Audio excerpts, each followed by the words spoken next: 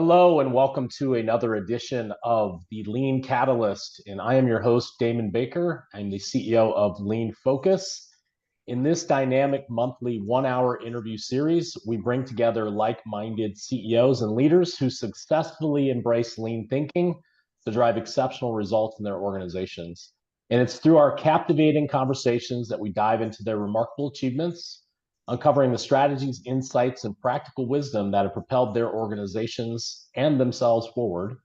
Each series features an in-depth interview with a distinguished CEO who's demonstrated extraordinary leadership in leveraging lean principles. And it's a great opportunity for them to share their experiences, strategies, and valuable knowledge with all of us that we can apply to our own leadership journeys. It is my esteemed pleasure to introduce you to today's guest, Art Byrne. Good morning, Art. How are you? Fine, thank you, Damon. Nice to be with you. Nice to be with you as well. So Art is best known as the CEO who led the aggressive lean conversion that increased the Wiremold Company's enterprise value by over 2,500% in just under 10 years. And Art is also the author of best-selling books, The Lean Turnaround and the Lean Turnaround Action Guide, which I'm really excited. He's going to talk about that today and his latest book.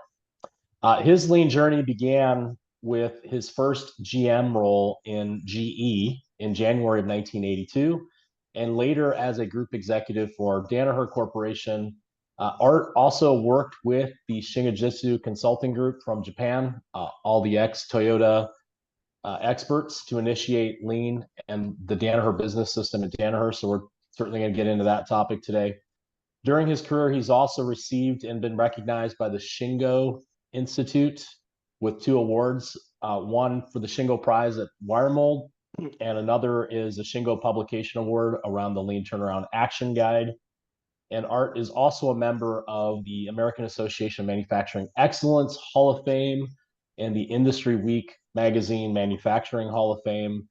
And Art finished his career as an operating partner at the private equity firm J.W. Childs and Associates. And what a lot of people might not know about Art is Art was also a scholarship hockey player and received his Bachelor of Science in Economics from Boston College and an MBA from Babson College in Wellesley, Massachusetts. So you've done a lot, Art. Does that sound about right? You tired from all those experiences? Yeah, now I'm a book salesman and a golfer. Yeah. Next chapter of your life. So I've gone back and listened to a lot of your interviews, and one of the things that has struck me from those conversations, but also in reading many of the books in which your stories are featured, whether it be Wiremold or the Jake Brake conversion and these kinds of things, and then even hearing in my passings, like people tell me the story. What's interesting is there's like 3 or 4 or 5 different versions of the story out there of how Danaher started with DBS. So Okay. I would love to start there with hearing it straight from the horse's mouth. How did it get started? What were the circumstances? And when I say how did it get started, I'm talking about Danaher's lean journey with respect, and it wasn't called the Danaher business system back then. It was like, what was the impetus? What was going on at the time? What was the need? Why? And sort of take us through the first innings of that journey, if you could. Okay, yeah, it's a fun story in a lot of ways. I went to Danaher as a group executive, and when I got there, several of my companies were really struggling. One of them was a company named Jake Brake, and Jake Brake made engine retarders for the big Class 8 diesel trucks. My office was actually in the Jake Brake factory building, so I was very close to that. And at the time, Jake Brake and Jacobs Chuck were run as one company because it started out as Jacobs Chuck, and then they took on the brake business and eventually, but they ran it as one company. And I split that up and divided them into 2. I appointed the manufacturing guy for the overall company to be head of Jacobs Chuck, and the guy who was in charge of marketing and sales for the overall company to be the head of Jake Brake. And Jake Brake was really struggling. We were having a lot of trouble at that time. And the guy that I appointed as head of that was a guy named George Konensaker. And Konensaker had some experience with lean. At that time, it was called just in time when he Came worked. from John Deere, right? Yeah, John Deere and Rockwell. I think both companies had dabbled in it or had some, they looked into it anyway. This was back when in 1986 or so, 1987. So it was pretty new to the United States, and everybody just thought of it as just in time. Yeah. The Anyway, word lean didn't exist. the word lean didn't come into play until 1996 when Womack and Jones wrote the book Lean Thinking. So we were more than 10 years ahead of that. In any event, George and I decided we were going to lose Jake Brake unless we fix it. We got to turn it around. And I had experience in my GE as a general manager in GE. We introduced the first sort of lean thing in GE. We just did a simple Kanban system in my first general manager job. So I had exposure to it and I understood the power of it, but I wasn't really an expert at it. We're still trying to learn it and understand it. But we decided we were going to change. We had to fix Jake Brake. We were going to use the Toyota production system, or just in time, it was what we called it at the time, to do that. So we started out with our auditor at the time was Arthur Anderson, and they had a consulting arm, and they said, "Oh yeah, we know all about this just in time stuff." So we talked the Rails brothers into letting us use them and get started on the just in time path. And they were like a typical big consulting firm like McKinsey or somebody like that, where lots of PowerPoints, lots of meetings, lots of cost, lots of money. We went pretty slow, but we did create a couple of initial cells, and we made a little bit of progress. And we had been reading a book called Kaizen. This was written by a guy named Masaki Amai at the time. And lo and behold, Konensaker finds out that Amai is having a seminar right down the street in Hartford, Connecticut. And so we said, well, let's go. And let's, we liked his book and we were learning a lot from that. So George took about 5 of his people. I could only go, it was a week-long thing. I could only go for a couple of days. But the first couple of days, Amai was not a Toyota guy and not really a lean guy. I think his background was in human resources or something like that. Anyway, so he needed someone to teach this seminar, and the people that he brought were these 3 guys from this new company called Shingijutsu. And the 3 of them had all worked their whole career for Toyota. In the last 10 years or so, they had worked directly for Taiichi Ohno, implementing the Toyota system in the first tier suppliers of Toyota. And so these were the real guys. These were the guys who created the whole thing. And after listening to them, the seminar was broken up into 3 days of classroom learning, and then 3 days on somebody's shop floor, someplace in the Hartford area. So George and I listened. We said, these are the guys. We don't really need this Arthur Anderson people. We need these guys. We need these guys to help us. So Konensaker said, okay, I'll work on it during the week. So he badgered them all week, took them to dinner, brought them over to the factory one night around midnight. They almost caused a riot. They came back, I think, on Thursday afternoon when I could be there. And then we had them back on Saturday morning, and we basically just begged them to come and help us. We said, you got to come and help us. And they said, well, look, we're too old. It's too far away. We don't speak English, blah, blah, blah. And we said, oh, no, but listen, we have great steak and we have great lobster and we have golf. We have really good. Oh, they like golf. So I think golf won the day, and they said, well, we'll try it. And so we started that fall, and we started in Jacobs Chuck, the sister company to Jacobs Brake, down in Clemson, South Carolina. That was in August. It was about 100 degrees out. We didn't have air conditioning. The plant was really hot. We're all in blue jeans and golf shirts. They show up in suits and ties. So we're not sure how to deal with them. So we set up an agenda, and we said, well, we'll do some introductions. That went fine. Then we'll give them about a 15, 20-minute overview of a drill truck and how a drill truck works. That lasted about 2 seconds. They said, yeah, we have those in Japan too. What do you want to do next? Yeah. And so we said, how about a plant tour? We figured the tour would take about an hour and a half. That's what it normally took. So we got I bet you we got about maybe 100 yards, maybe less than that, into the factory. And Mr. Iwata puts up his hands. He says, hey, okay, we've seen enough. Let's go back. And we said, well, we just got started. We go back in the conference room. He goes up to the board, turns around, and in big letters he writes no good. And he turns around and he says, look, everything here is no good. What do you want to do about it? And so we said, oh, okay. Well, our industrial trucks are the hardest ones to make, but we make the most money off of those. Oh, we need to do something about that. So he assigns Nakao and Takanaka. He says, you guys go work on that. He says, I like assembly. I'm going to work on assembly.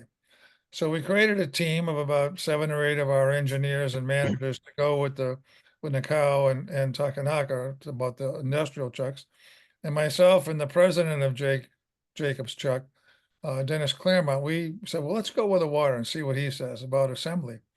So we go out to the assembly area. Now we got 4 of these sort of conveyor belt assembly lines, which is pretty traditional in a batch operation.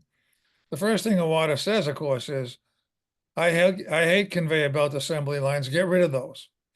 So we're like, oh, so then we went back and forth, and he was explaining why he hated them and why we needed to get rid of them. And we were learning a lot. And the other team, they were coming in and out of the office whispering in Dennis's ear saying, and I said, Dennis, what's the matter? You guys look kind of upset. He says, yeah, the Japanese guys, they want to move a bunch of equipment over lunch, and we haven't moved this stuff for 15 years. And I said, what did you tell him? He says, well, I told him to go ahead and do it. I said, great, we'll go out after lunch and see what's going on. So we go out after lunch, and here's the 2 Japanese consultants. They got their sleeves rolled up, the ties are tucked into their white shirts. And they got pry bars under this machine. They're trying to pry loose from all the oil sticking it to the floor to move it into the first cell.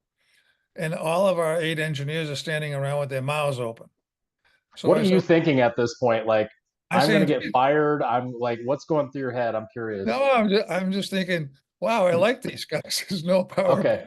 presentation, which is doing something. So they literally created the first cell that afternoon. That after we couldn't hook it back up, but we had it lined up, and they showed us how an operator should go through and should manufacture in this particular cell. How much of this was planned in advance, Art? Was this really like spontaneous and organic? Like, there probably wasn't a Kaizen charter and a team and pre-work and data collection. Like, Nothing. it was literally like on the spot, show up, let's fix this. That's right. Exactly. Yeah. We had no idea. We had never worked with them before. We didn't know what to expect, but that was what happened the first day. Everything's no good. What do you want to do? We created the first cell. We got rid of a conveyor belt assembly line that day. And off we went, right? On Monday, just like that. Yeah, that's just like that, first day. Now, it's really interesting because I think that for most companies, if they hired some consultants and they came in, took a 30-second look and said, everything here is no good, what do you want to do? I think most companies would say, we want you to get out. Yeah. Right? We're not going to listen to that. But, the reason we begged them to come was because we wanted the help. We wanted them to help us, right? And so they spent the rest of the week up at Jake Break, same thing. We moved stuff around and all that. And later on, when we were first trying to get them to help us, Conan Saker and I said, well, Shingijutsu, what do you think? And then they said 50%. And we said, what do you mean 50%? They said, well, 50% everything, 50% reduction in people, space, time, double the good, half the bad. 30%. So later on, and Conan Saker and I had already thought we could at least eliminate 30%, 35%. So 50% was a good news to us. We thought that was great. Later on, we asked them why they said that. And they said, well, we didn't think you'd want to hear the real number because it was so bad. I mean, both factories were horrible. They looked like caves, etc. So anyway, that's how we started. And we just kept going, and we ran a lot of Kaizens, and we decided, Conan Saker and I decided, look, whatever they tell us to do, even if we think it's the stupidest idea we ever heard, we're going to do it. And about half the time was the stupidest thing we ever heard, but we did it anyway. And we said, we're going to listen to them. We're going to do what they said. And then, of course, about 50% of the time, it didn't work either, because we hadn't maintained the machines, they broke down, there was lots of issues that occurred and it didn't work smoothly. So we made a second rule. We said, look, the one thing is, if it doesn't work, we're not going to take it back to the way it was before. We're going to Yeah. figure it out and we're going to fix it. And I think that was a really important decision that we made really early because, as I said, most of the time it didn't work. We had to fix it. We had to stay with it.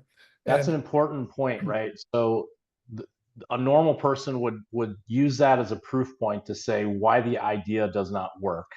that's But my correct. guess is that the lean principle exposed the bottleneck. So in the case of like, making a cell and you uncover that you have a long setup in the middle of your cell, you might be tempted to go back and break it apart. And the lean would say, look, focus on the setup, right? Like the layout Right. is fine, but your new problem is setup time, right? Or its quality or its batch size or whatever it is, right? Right. So I love that commitment, that stick to itiveness, if you will, to the principles, because the principles are what protect you and keep you safe, no matter where you go. Like they're universal. That's correct. And Yeah. I mean, we thought of it as, look, the reason we created this cell or did what we did is because of understanding of the principles. The principles Yeah. made sense and creating the cell made a lot of sense.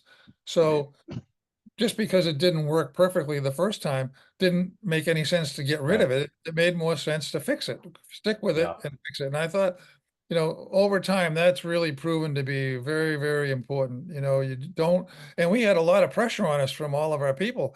As soon as it didn't work, oh, we told you it wouldn't work. Let's go back to the way it Yeah. was. So we had a And lot of pressure and we just said no. And I think really that's really one of the key roles for any CEO in a lean transformation, because I look at lean as it's nothing but a series of leaps of faith, right? yeah. Every time you create a new cell or you do something different, it's a leap of faith because you're not sure if it's going to work. In the back of your mind is this question of, well, what if it doesn't work? Right. But once you adhere to the principles, once you understand the principles and why you're doing this, then you can go forward with it. But the CEO has to be the one that says, just do it, do that. And when all the noise comes back or said, see, it didn't work, let's go back, the CEO has to be the one that says, no, no, no, we're not going back. We're going to stay where it is. We're going to make this work. And How under the radar are you at this point with the Rails brothers? Is all everything you've talked about so far, you and George are managing and executing with your teams without Rails knowledge and understanding? And yeah, early on, that was the case. Now we had one other group executive, John Cosentino. His office yeah, was his office was also in the Jake Brake building. so he was Uh, your counterpart on He's my the other counterpart. Yeah. segment. Yeah. Danaher at this time was about $1 billion in sales and had 13 companies. I had 8 of them. Cosentino had the other 5. But sales wise, we were about the same. We each had about 500 million. Anyway, we went down to see the Rails brothers once a month to just report on what we were doing because Cosentino and I basically ran the business and the Rails brothers focused on acquisitions and new deals and stuff like that. Uh, but anyway, so I was bringing them up to date and telling them all this great stuff that we were doing and blah, blah, blah. Right.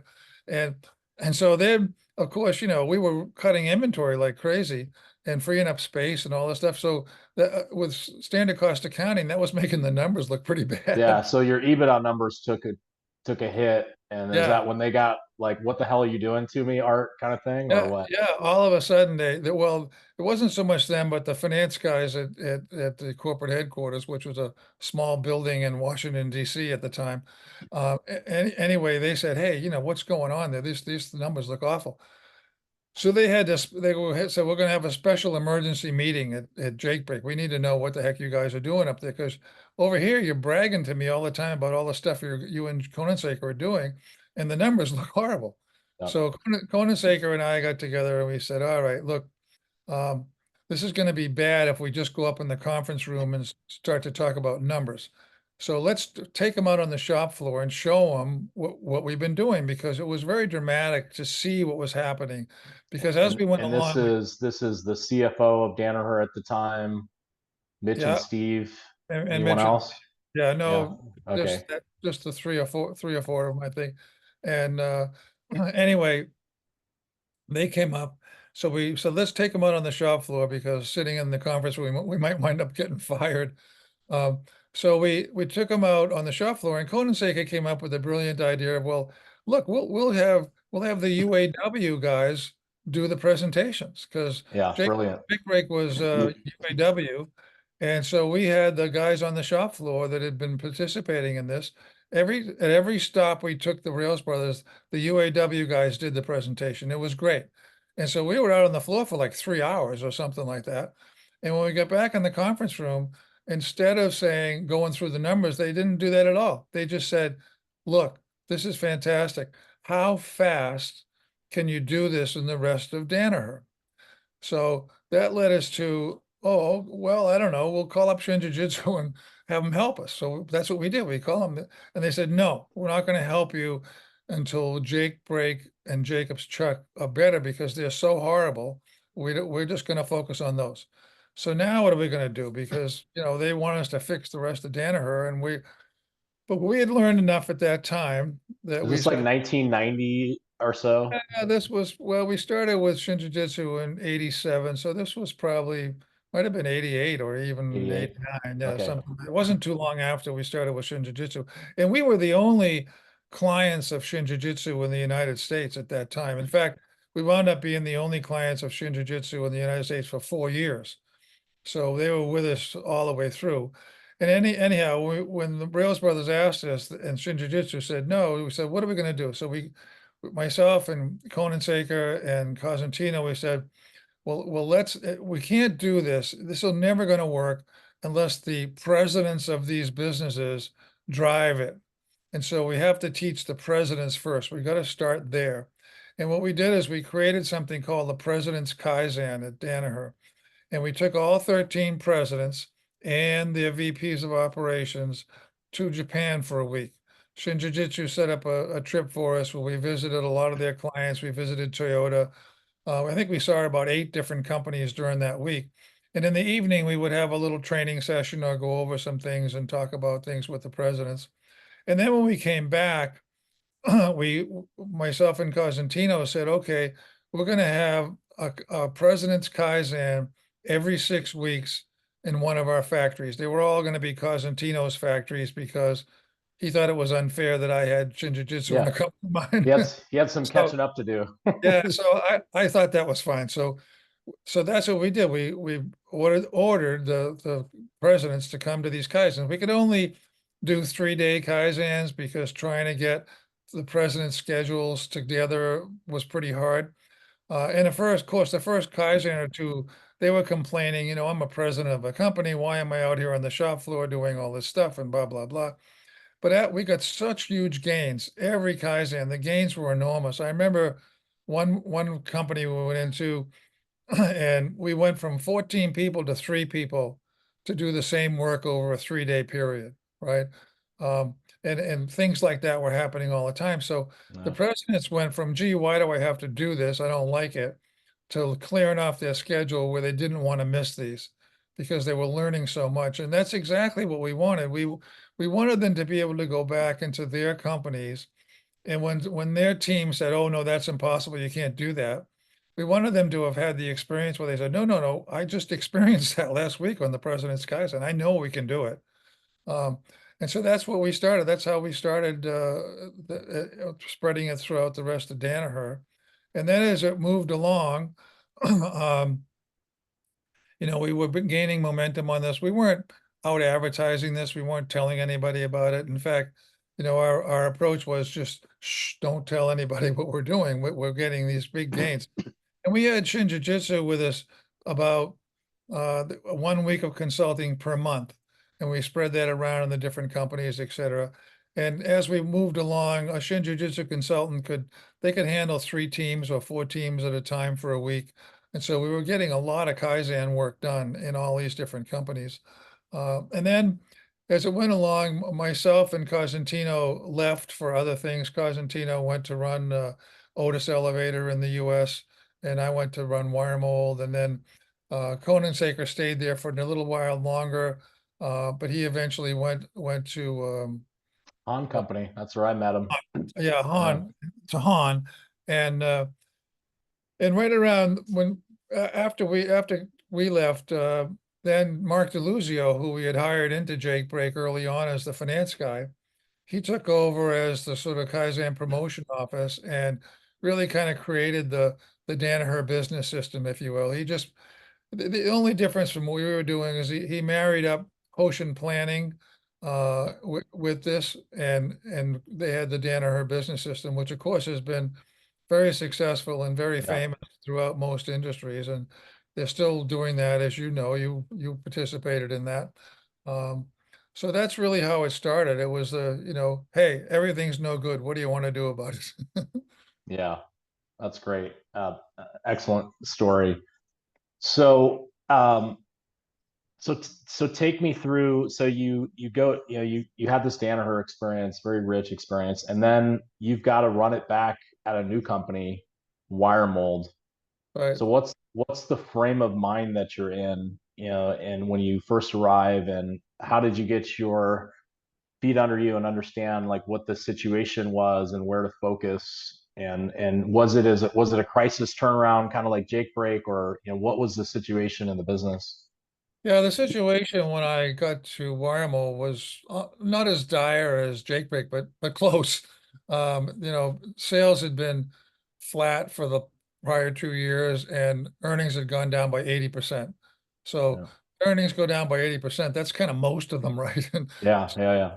things were not very good. They had tried just in time a couple of years before I got there, and the whole thing blew up. Everything got worse because they used the approach of lower the water and you see the rocks, that kind of thing. And of course, as soon as they lowered the water, the rocks just there was like somebody was throwing rocks at you because everything got worse. And so they went right back to bigger batches and whatever. So when I got there, I understood that hey, we're going to change this with lean. We're going to have to come in and we're going to level load everything, and we're just going to start to do a lot of Kaizen. But one of the first things that I asked when I got there was, what percentage of the sales ship in the last week of the month? Which it turns out is a great question to ask for any traditionally run company. What Yeah, percentage of sales go in the last week of the month? And of course, the answer I got was 50%. yeah, And I said, well, wait a minute. If I'm gonna come in and level load the production and smooth things out with lean, I can't have 50% go in the last week of the month. It's right. impossible. Plus, if that's what you're doing right now, that means you're staffed up for 50% in the last week of the month, and that means the other 3 weeks you're Yeah. completely overstaffed. Right? Overstaffed. It's a disaster. So anyway, when we started to dig into that, why does that happen? Well, the reason is it was our sales terms. And I think for any company, if you ask that question, what percent goes in the last week of the month, you can always dig in and find out the reason for that. For most of the time, 90% of the time, is something that you did. It's your sales Yeah, terms. It's other, self-inflicted. yeah, all self-inflicted and therefore can be fixed. And so it was our sales terms. Our sales terms were incentivizing our distributors. We sold mostly through distributors to order in the last week of the month.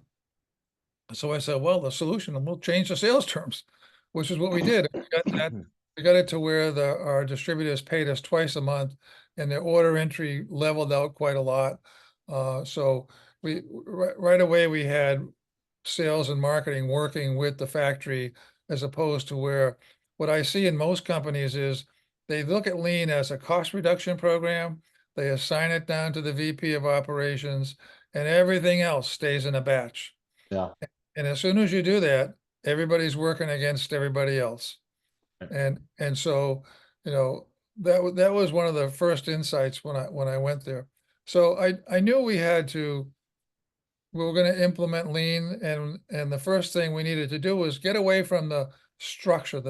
The functional structure is one of the worst things for any company. It creates almost all the waste that most companies have. Departments, right? Sales, marketing, buying. Yeah, Well, it's more than that. It's also the functional structure on the shop floor where yeah, all the drilling machines are together and yeah, all the yeah, yeah, yeah. together.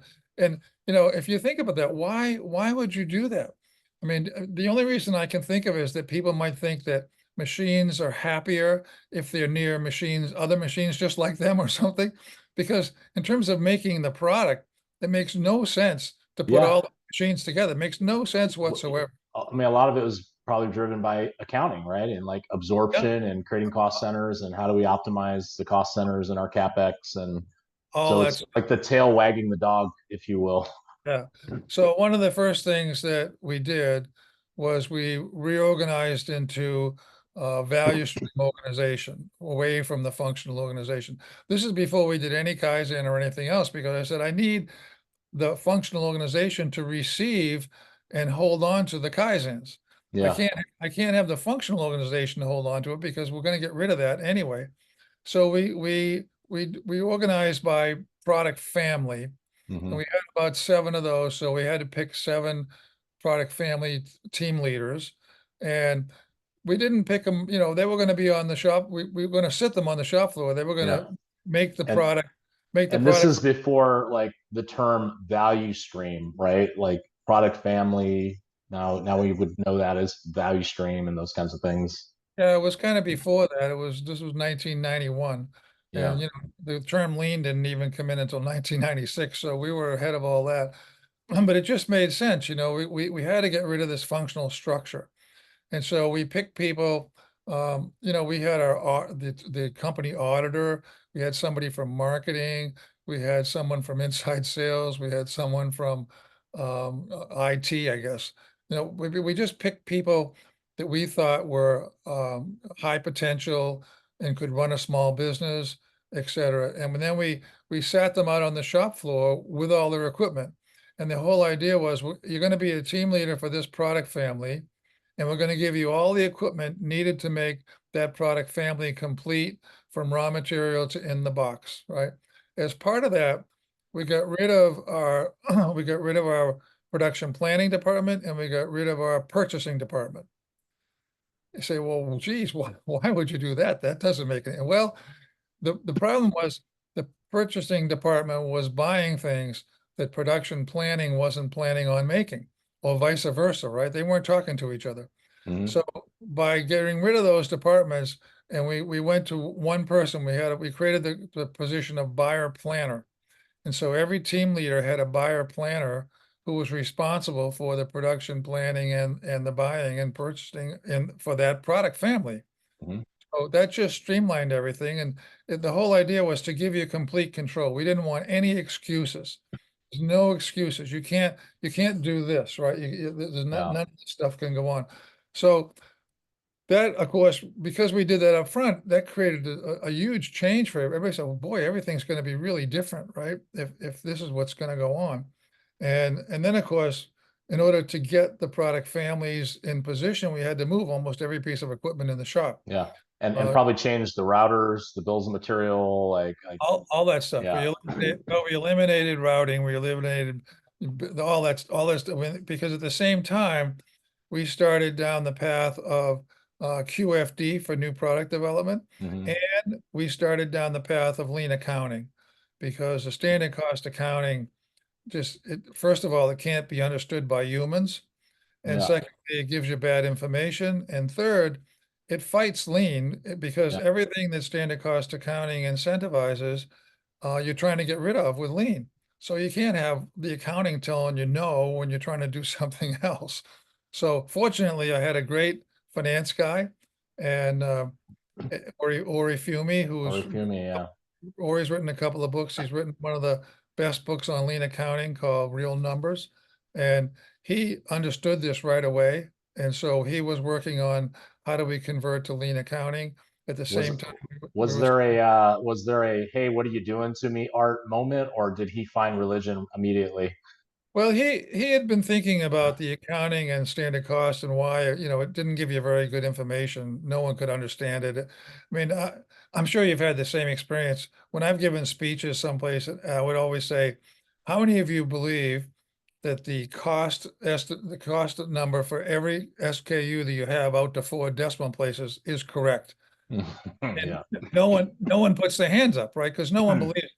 even the finance guys who they have to believe it, but nobody else believes it. Yeah. So we said, what's the point of having that? If, it's very expensive to create that. It didn't make any sense. So he was already thinking about that. And one of the big turnarounds for him, I think, was when we first started doing Kaizen, I made all of my direct reports be on the first Kaizen teams, right? Because they had to be on the shop floor. They had to understand what we're doing. And so I said, Ori, I want you to get on the setup reduction team. Well, they got a little pushback there, it's like, well, wait, but Art, I'm the finance guy. I don't know anything about setup reduction. Besides, we're closing the books this week. I'm busy. No, I want you to be on the team. But Art, the auditors are coming in to set up for the annual close. No, I don't care. Get out on the team. So we went through that, and finally he goes, okay. So he goes out there. Now, he still is the finance guy, and he thinks that if you're going to reduce setup time, it's got to be capital intensive. We're going to have to spend a lot of money to do this. So in 1 week, his team went from a 90-minute setup to a 5-minute setup, and he kept track of everything. We spent $100. So now this is a very smart, strategic thinking guy. Right away, he gets it right away. He says, well, gee, if we can do that here, and what about what the impact going to be if we can do it for all of our equipment? What if we can cut the setup time for all of our equipment? It's going to be enormous impact. It's going to be tremendous. Because the reason that we're batching is because of the setup times. Yeah. So if we could cut these, so he understood right away, and he was the best helper I had. I mean, you could ask him or ask me, you're going to get the same answer on what we're trying to do with lean. And so that was really good and a great learning thing. And, early on, I went out in the shop floor and we had rolling mills. We had a lot of different equipment for Wiremold. We were making raceway and fittings to wire buildings is what the product line was, selling through electrical distributors. So the rolling mills are 150, 200 feet long. They're coming off a cold roll of steel. And then the pieces that we were making at the end were 10 feet long, 20 feet long. This was the raceway part of the business. And so I went out there one day and I said, well, how long does it take to change over that rolling mill? And they looked at me and they said, well, it takes about 14 hours.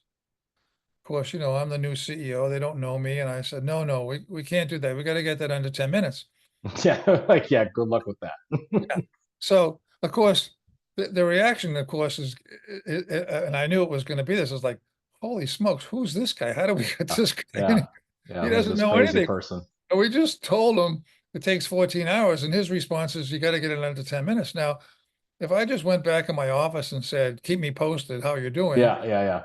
It would have never changed, right? But we didn't do that. Of course, we started Kaizen work on that, setup reduction Kaizen, and we just started with cardboard boxes and modeling it and different things. And it took us about 18 months, but then we could change it in 6 minutes.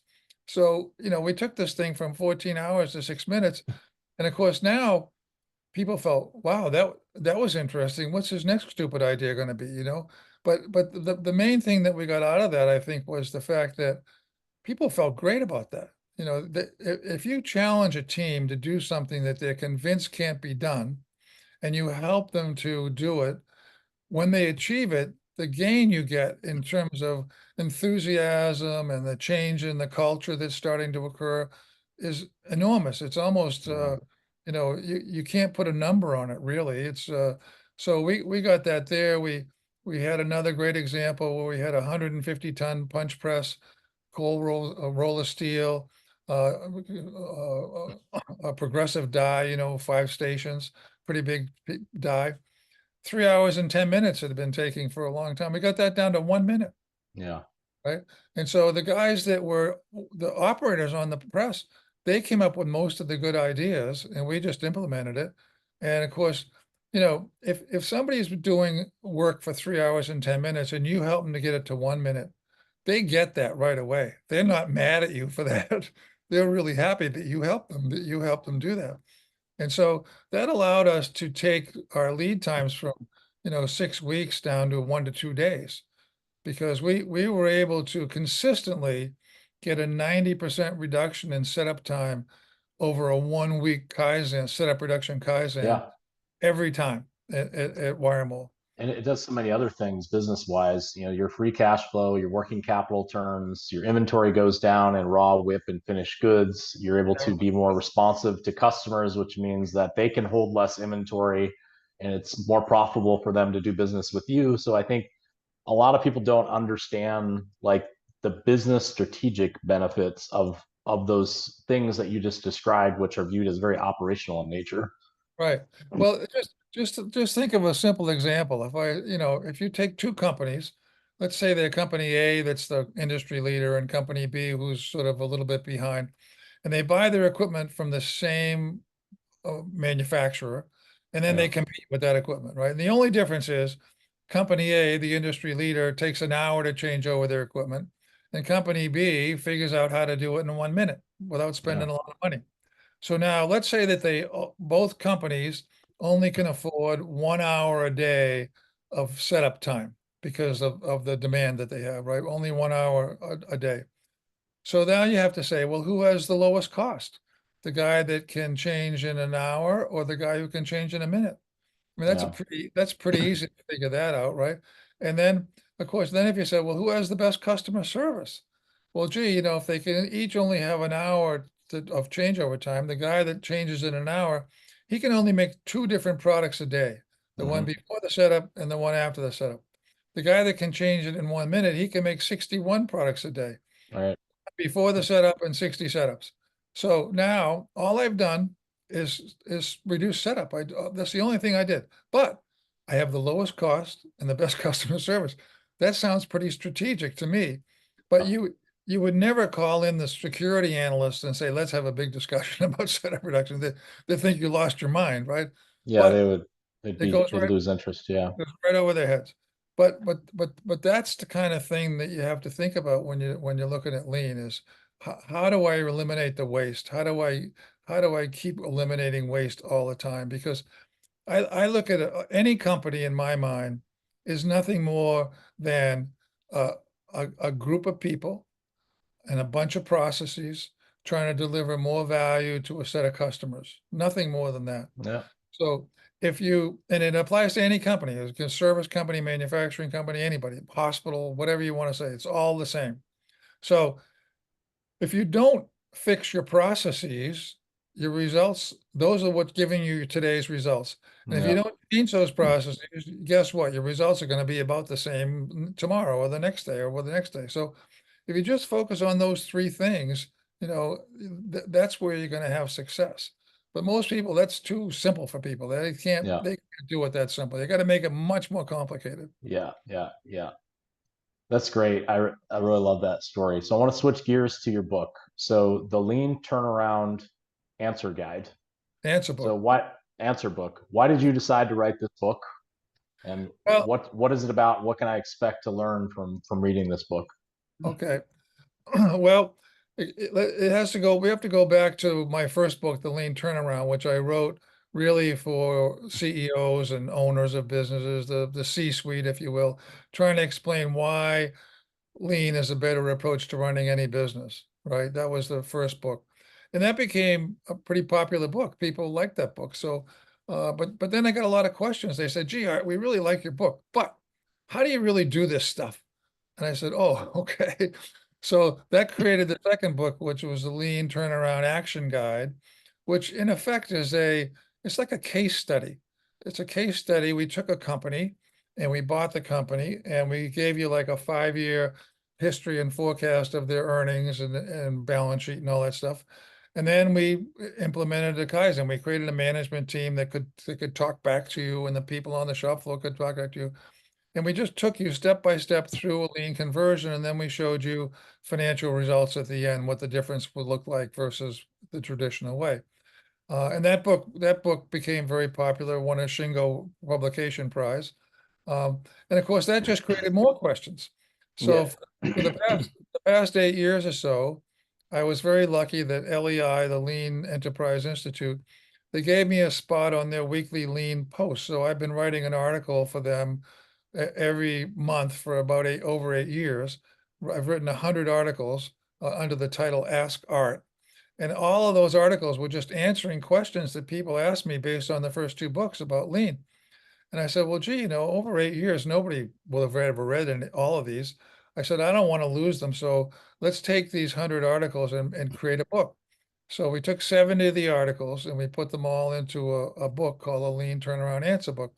And I think this is an important book because it answers just about any question that you would normally get about lean, whether you're starting out, whether you're halfway through and stalled out and you need to get restarted, whatever. It'll answer those questions. We divided it into kind of 5 sections.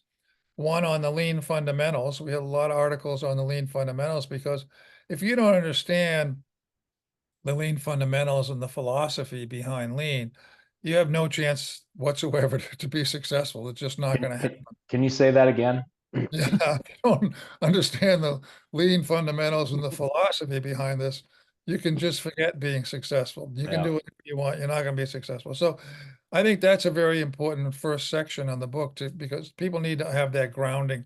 And then we had a section on lean management. Articles like how is lean a time-based strategy? What targets should I set for lean for my turnaround? We had another section on lean implementation. How do I go about this? We talked a little earlier about creating a value stream structure as opposed to a functional structure, that kind of thing. Um, and we talked in that one about the benefit of Kaizen learning versus traditional problem solving, and why is lean all about people, things like that.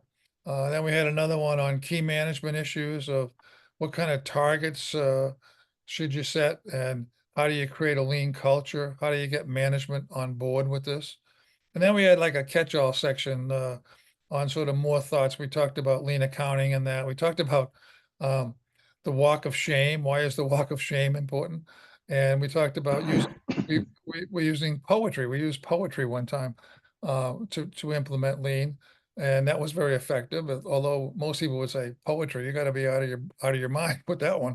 But anyway, so the book talks about a lot of fundamental things, and I think the whole idea of this is to see if we can help more companies start down the lean path. And if they have questions and they can go to this book and answer those questions or help the management team answer those questions, perhaps they can have a chance at being more successful. So that's what the book is really all about.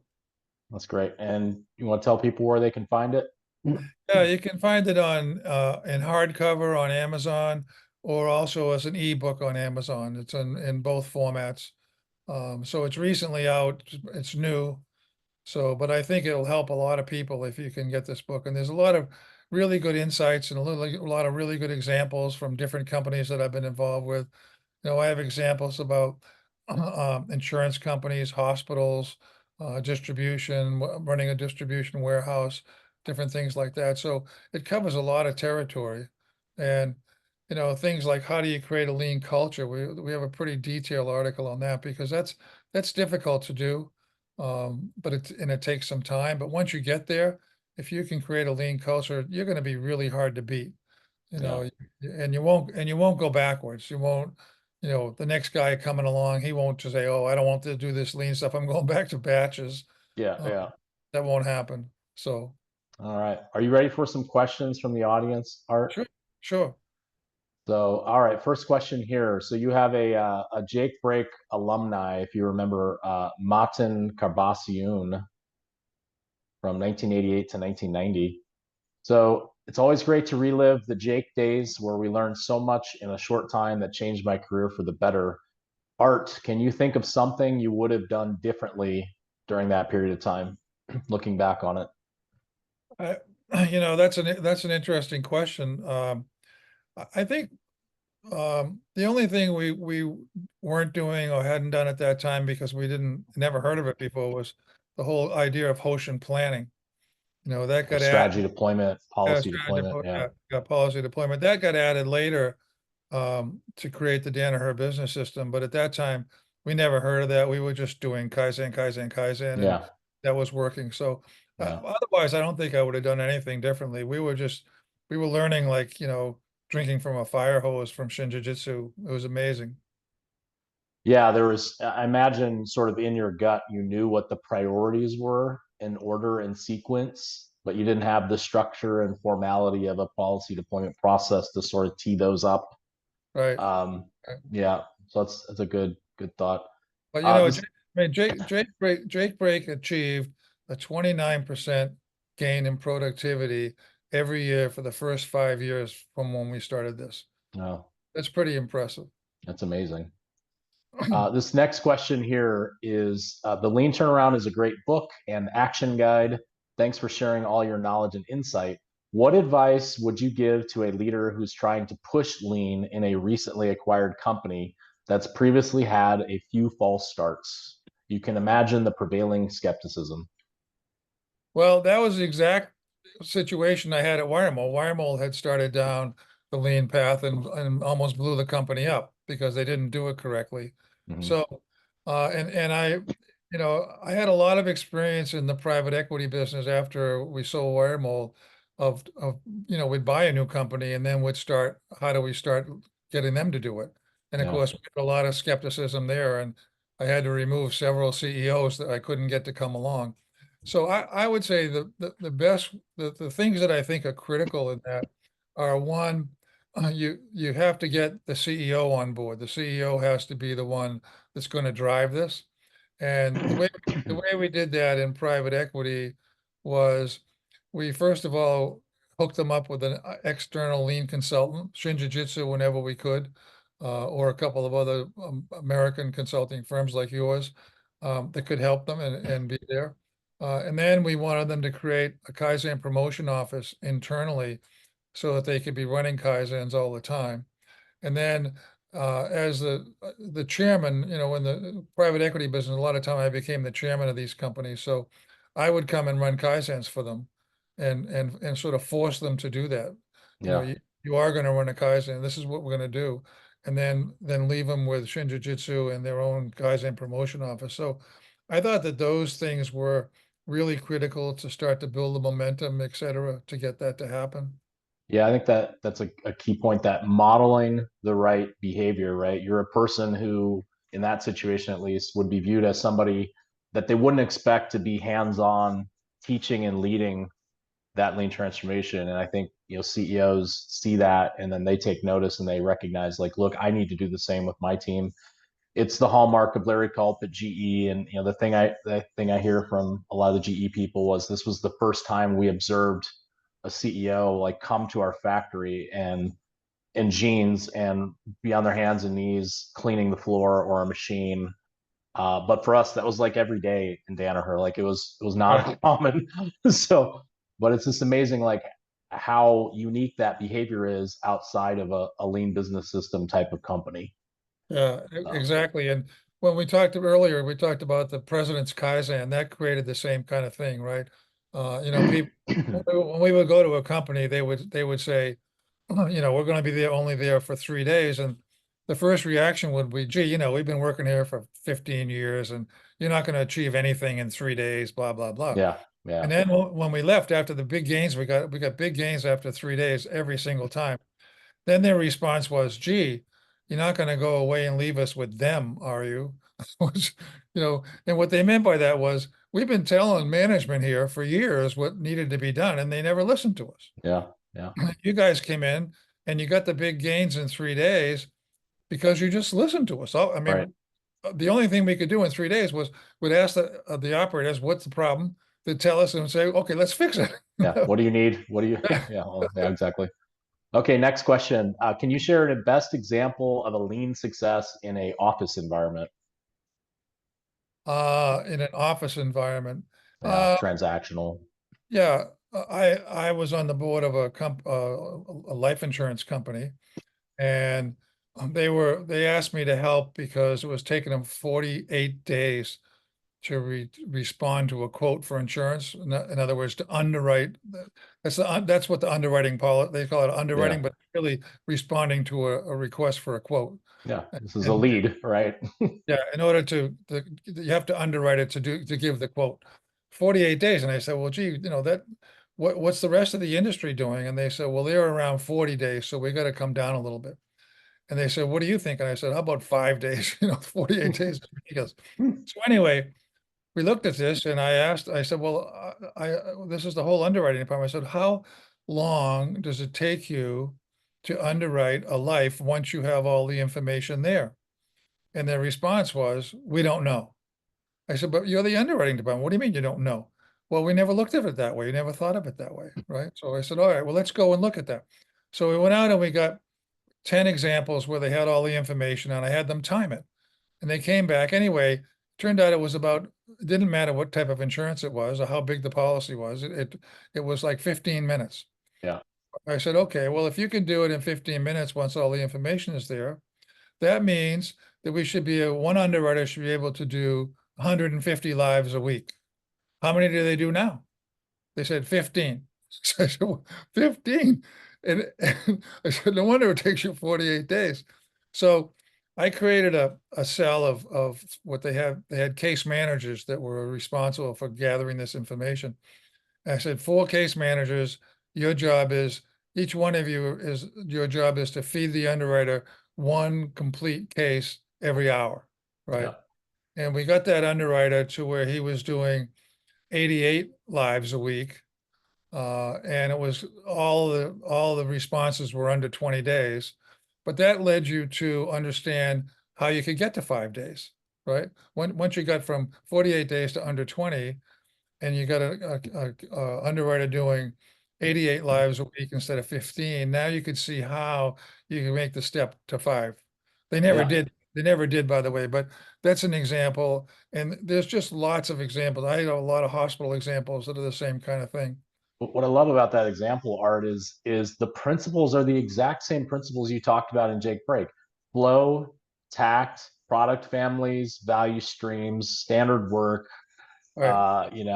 have all your raw material available, and for the Same people thing. to like, it's not I, rocket science. when I was at Wiremold, I used to volunteer to help one of the local hospitals, do Kaizen. And so one time I show up there and I said, all right, what do you want to work on this week?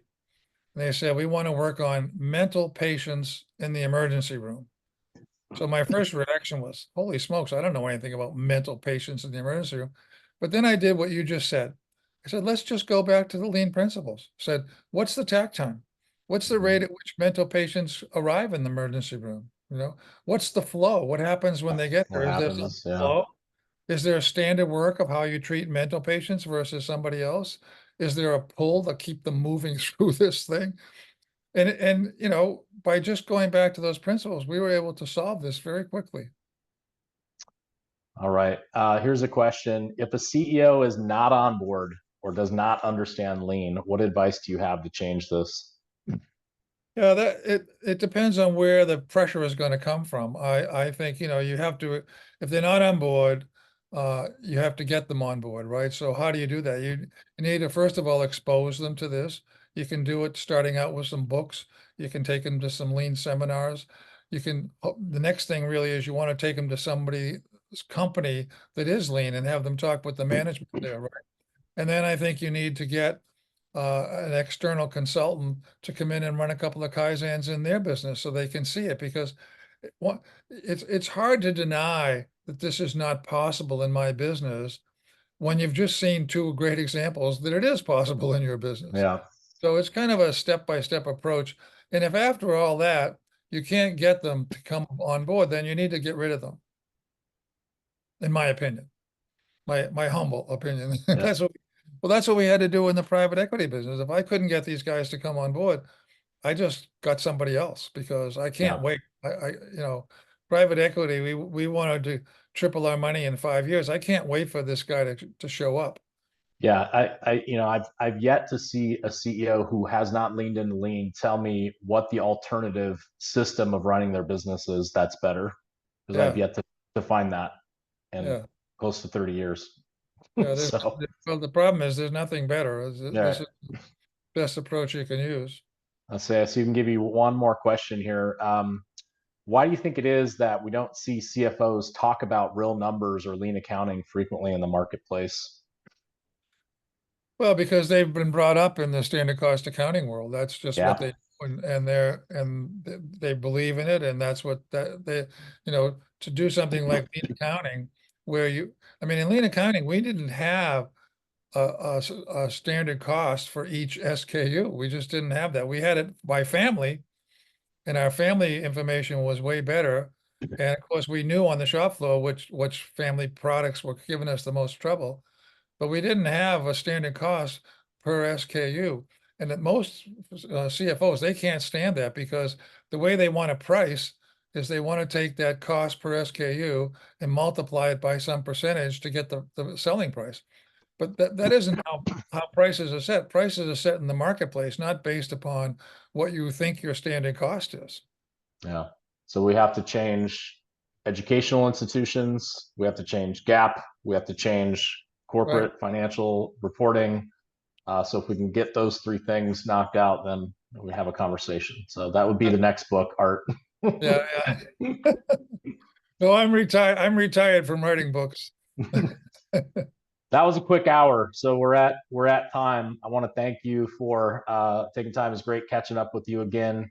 And again, for those that heard this interview, the book is entitled "The Lean Turnaround Answer Book," and book. can be found on Amazon. So before we bid farewell, I want to encourage everyone to take a moment to reflect on the valuable insights and practical advice that Art has shared with us today, and more importantly, how you can apply those in your organization's own lean journey. If you have any further questions or would like to explore the possibilities of initiating or enhancing your own lean transformation, don't hesitate to reach out to us here at Lean Focused. We're here to support you at every stage of your lean journey. And once again, with heartfelt gratitude to Art for sharing his experiences and expertise with us, and are grateful for his contributions, not only to this interview series, but to the lean community overall. Art, you've done a fantastic job, and you have a lot to be proud and thankful for, as I'm sure you recognize.